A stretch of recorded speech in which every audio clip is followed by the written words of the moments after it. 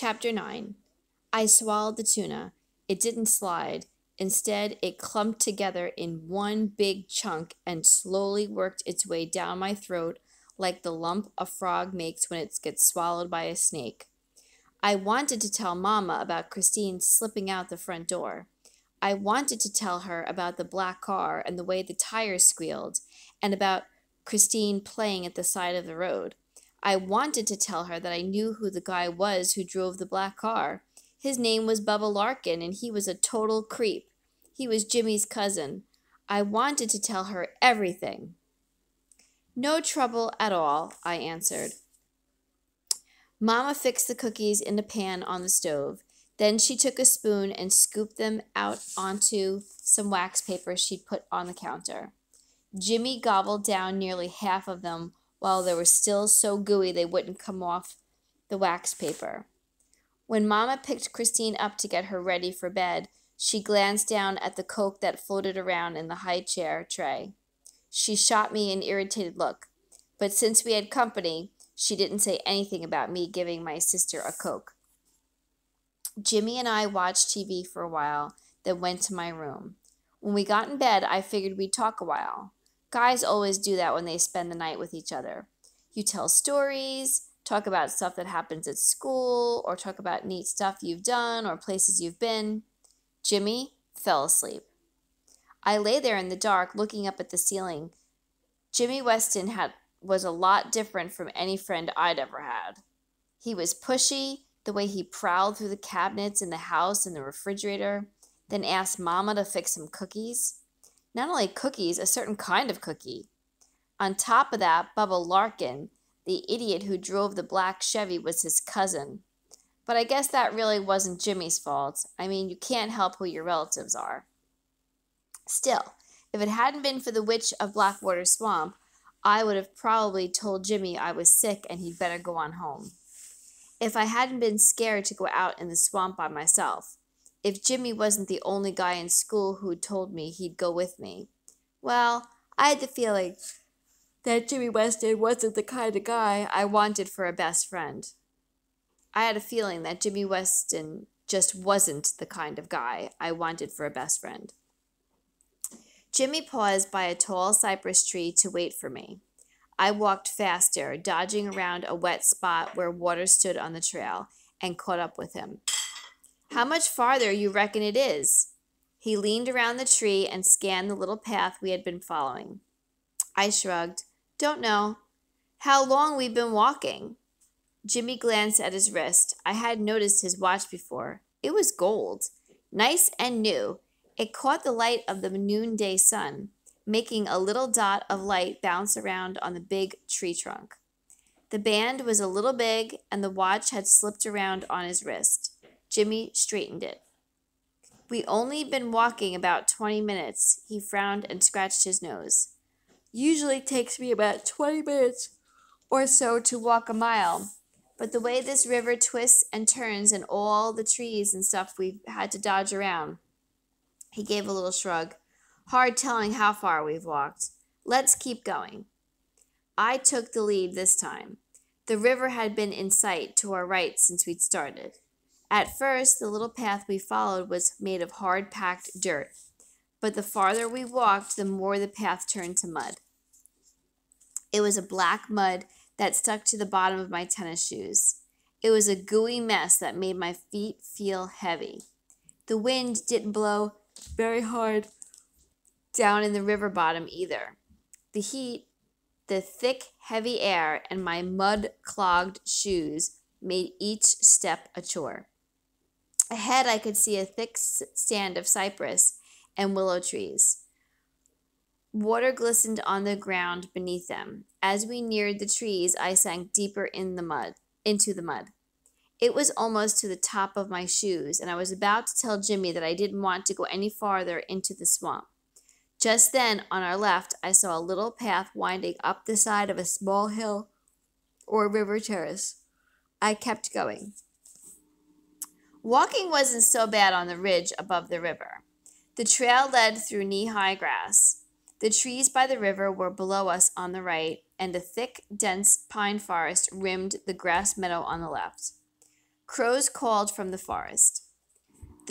Their shrill, crass caws grated on my ears like someone scraping his fingernails on a chalkboard.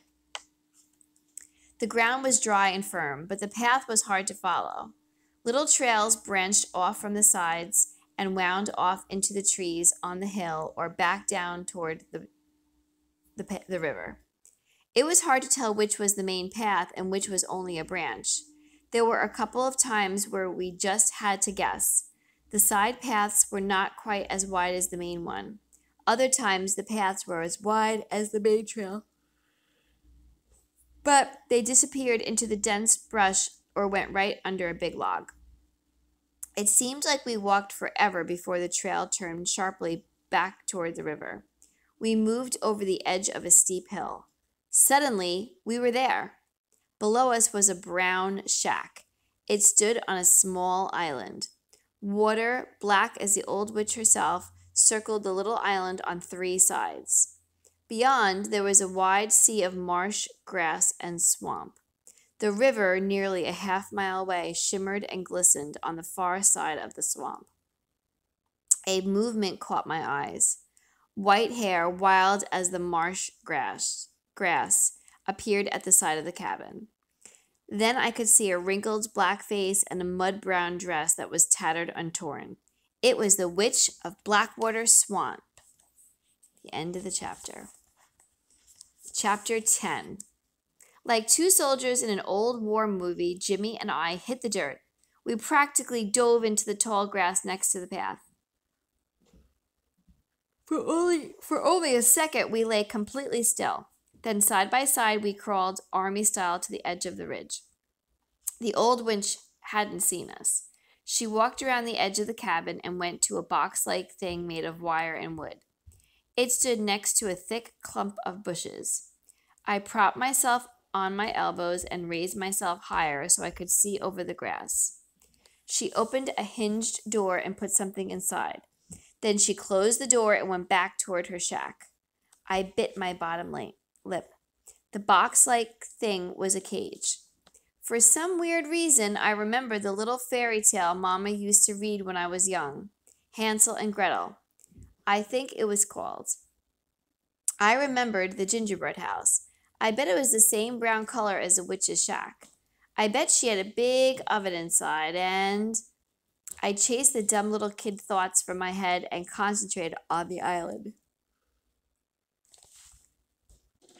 There were other cages. 3 or 4 rows of wood frames covered with wire lined the outside of the cabin.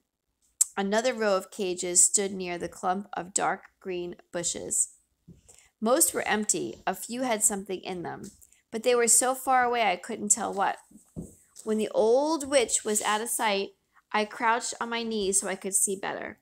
I had to find out what was inside those cages. The whole island wasn't much bigger than my house. The shack that stood in the very center was old and weathered like it had never seen a coat of paint. There were cracks between the boards where the wind could whip through. Then I noticed there wasn't any wind. It was eerie. Behind us, when we'd walked to the edge of the ridge, there'd been a breeze. It had been slight, but the air had still moved a little. Here, just over the edge, it was like we had crossed some invisible line. On this side of the line, it was as still as death. I felt uncomfortable. The marsh grass didn't sway. The leaves on the trees didn't wiggle. The surface of the black water below us was as flat and smooth as a fine polished mirror. I lowered myself to the ground so only my eyes peeked above the grass. Another movement caught my eye. A small animal of some kind darted around the side of the shack. I couldn't tell what it was, but it sort of dragged its hind end. Then, hot on its heels, the old witch appeared. "Come back!" Her shrill voice pierced the stillness. "Come back, or I wring you stupid neck!" I raised up higher, trying to see the poor creature she was chasing. The animal darted into the deep green thicket. On my hands and knees, I inched forward, stretching my neck to see over the grass. Suddenly, the soft clump of dirt I was balancing on gave way. I slipped and fell. I grabbed at the ground, trying to get my balance. It was of no use. I tumbled headfirst and started rolling, arms flailing and feet churning. I rolled and rolled and rolled. I tumbled and flopped and crashed to the grass. I couldn't stop. Faster and faster, I spun down the hill. I was headed straight for the Blackwater at the bottom of the steep slope. Out of control, I was headed right for the island, the witch. Something crunched against my left shoulder. I stopped. Well, my body stopped. The rest of me kept right on going. I'd rolled so many times coming down the steep hill that my insides kept tumbling and spinning even after my body stopped. I tried to open my eyes. All they would do was blink. Uncontrollably, they snapped open and shut so quickly I couldn't get them to stop. My head went round and round, and my eyes kept making little circles inside my skull. Leaning to my right, I tried to sit up. I was so dizzy and off balance, I flopped back. My left arm crunched against whatever it was that stopped my fall. How long I lay there, trying to make the world quit spinning, I don't know. Finally, I was able to force my eyes open. A huge driftwood log lay against my left side. That was what stopped my fall. The log, weathered and baked almost white from the hot Louisiana sun, was what had saved me from landing in the water. I forced myself to focus on it. I stared at it until my eyes stopped rolling. At last, I was able to sit up. I had landed at the bottom of the steep slope in a pile of driftwood. I blinked again. I was only 10 inches or so from the Blackwater, and the island was less than 20 feet away. My eyes darted to the thicket beyond the far bank, the place where I had last seen the witch. She wasn't there. Frantically, I looked around for Jimmy. He was no place in sight. Instantly, my eyes returned to the island bank. 2 wooden planks were laid across the water at a narrow gap. Like a bridge, they joined the island to the bank where I lay.